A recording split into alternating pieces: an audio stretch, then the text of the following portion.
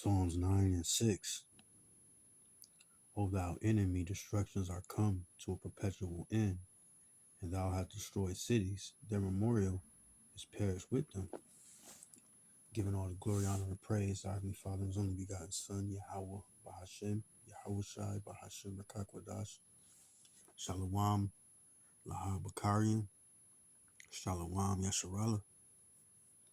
And this is just a quick, exhortation on what one would consider Memorial's Day. All right. Just the idea of celebrating memorials of pretty much of what you want to call pillaging, all right, conquistadors or whatever the case might be, and we talking about people that done conquered lands, through their military might, you know, and their war instruments, all right, but they want to celebrate those that died under that banner, when that banner being this, you know, the American flag, all right, okay, and just, the constant reminder every year of their, unholy days, that is, okay, because they know exactly, the evil that they've done, all right, across not only the world, but even in their own land, the atrocities, the murders, you know, the original inhabitants of this land, the indigenous, um, Akim Wakim, all right, our brothers and sisters, okay, they were speaking Hebrew here, in fact, before they even got here. And that's why they use certain tour guides, who one called Cristobal Colon, or AKA Christopher Columbus, all right, and they would use Hebrew interpreters to understand that land. So how would they knew all too well who was inhabiting this land, the Northern Kingdom, all right, and so all of their memorials, this would be a sign, okay, AKA Memorial Day, all right, those that conquer lands, using their military, all right. And I don't want to get into it too much because, you know, they're on their, their last breath, if you will. And in fact, this landmass will become a memorial, all right. And if you go to the strong definition of memorial, all right, it's said as a reminder, all right. And even into the Thayer's definition, the memory of any person or thing, and in this case, a place is preserved, all right.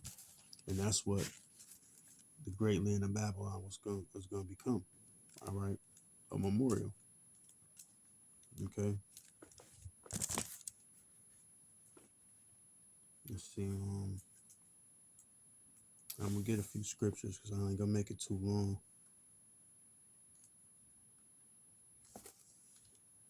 Let's see, we're gonna go to Acts, the book of Acts, chapter 10.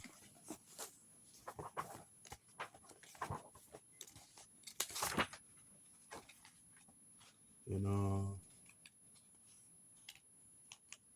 verse 4. All right, because this man's not gonna get away with, you know, the atrocities that has been done. All right, he got a lot of blood on his hands, so blood gonna pursue him according to the scriptures. All right, Acts chapter 10 and verse 4. And when he looked on them, in fact, let me start off with the top. It's a lot.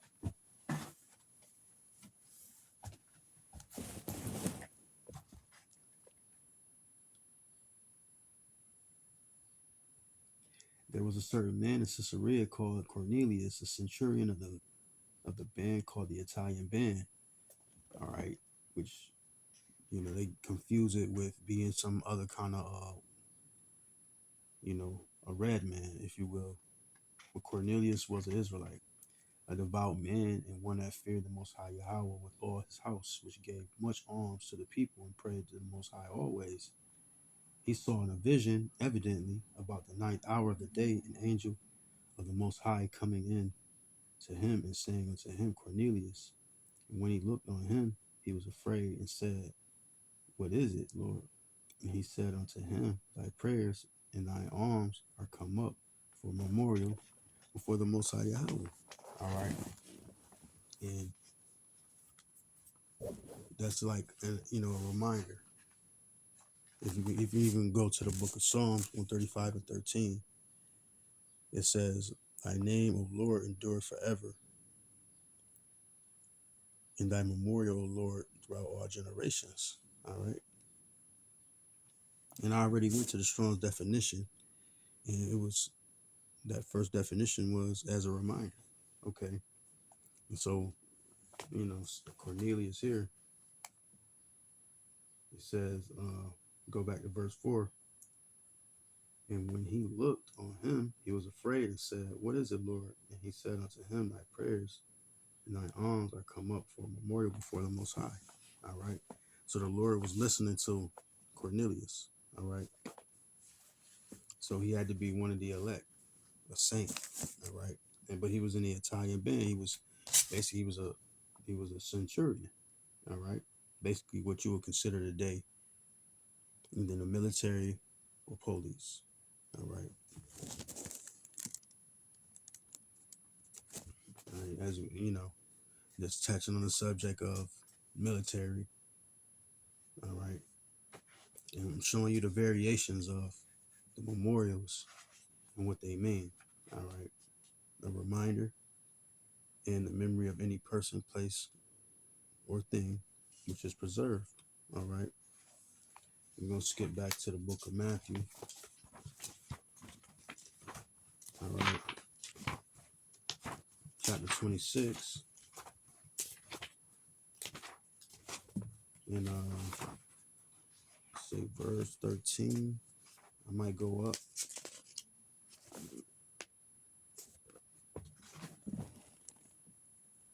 Yeah. Uh, I go to 13.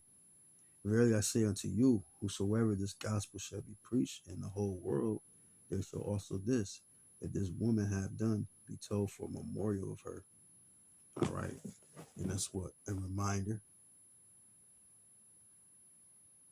in the memory of any person, place, or thing. Okay.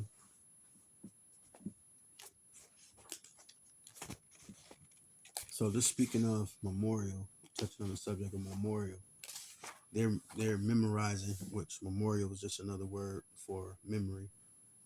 They're commemorating, another word, and it's just celebrating pretty much as a reminder of the achievements that they've done over the four corners of this earth. All right. Even in their own land, the atrocities that be done in their own land. All right. So this is not really a holy day. This is an unholy day. Okay. Because they celebrating bloodshed. All right. But we got our people. They're gonna go throw something on a barbecue, and you know, actually they're confederate with the heathens. All right, celebrating their holy days, which is an abomination unto the Lord. Okay, Mark 14 and 9.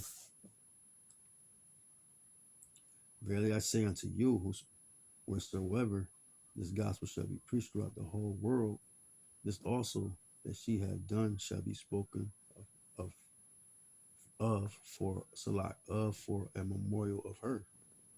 All right, and that place, gospel should be preached throughout the whole world. All right, across the four corners, and that's when the Lord gonna start judging. In the Gospels, it started right here. All right, in the land of our captivity, Babylon, the not so great. Okay, as a memorial. All right, I'm gonna read it again. Mark 14 and 9. Verily I say unto you, wheresoever this gospel shall be preached throughout the whole world, this also that she had done shall be spoken for a memorial of her, a reminder. All right. And as we're doing that, the Lord is judging, right? Because He hears His saints preaching across the four corners of this world. Okay. I'm gonna go to the Old Testament real quick. You know,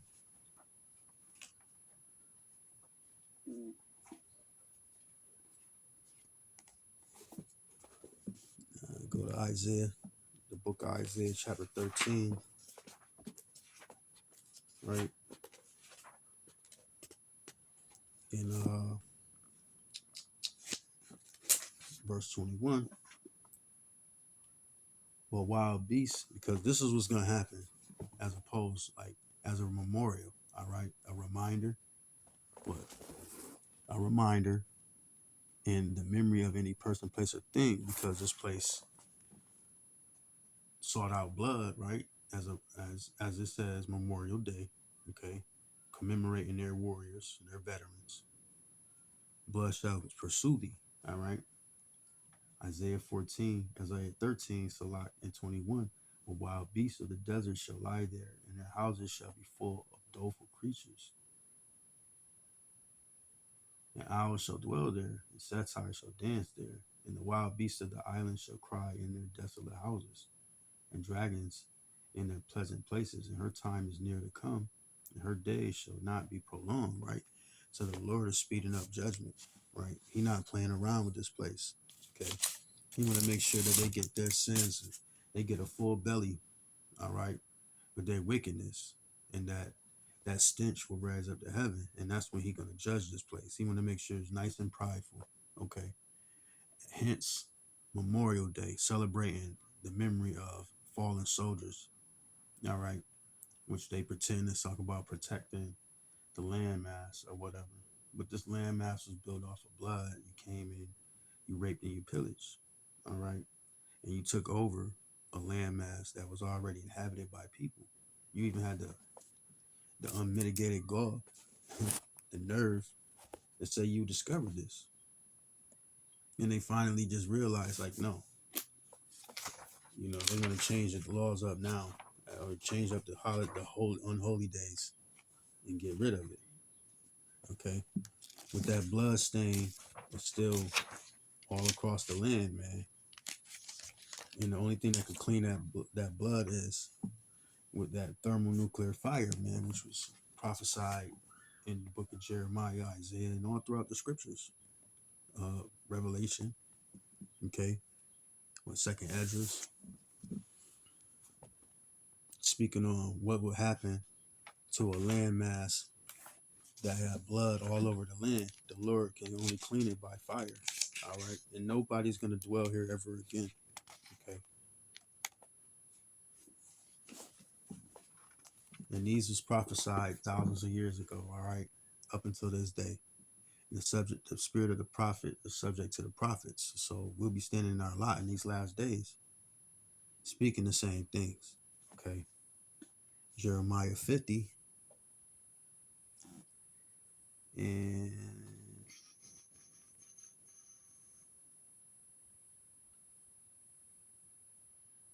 I'm going to go to 38. A drought is upon her waters, and they shall be dried up. Right? We know a drought coming, and as well as a famine. For it is the land of graven images. Right? We know what this place is. All right. They carve out all of their little deities. They got obelisks and so on and so forth. For it is the land of graven images, and they are mad upon their idols, right? This place is filled with idol worship, idolatry. Everybody is into their own way of life. And they don't put Yahweh Shem Yahweh Shai in the forefront, or the fact that He died for His elect. All right, verse 39.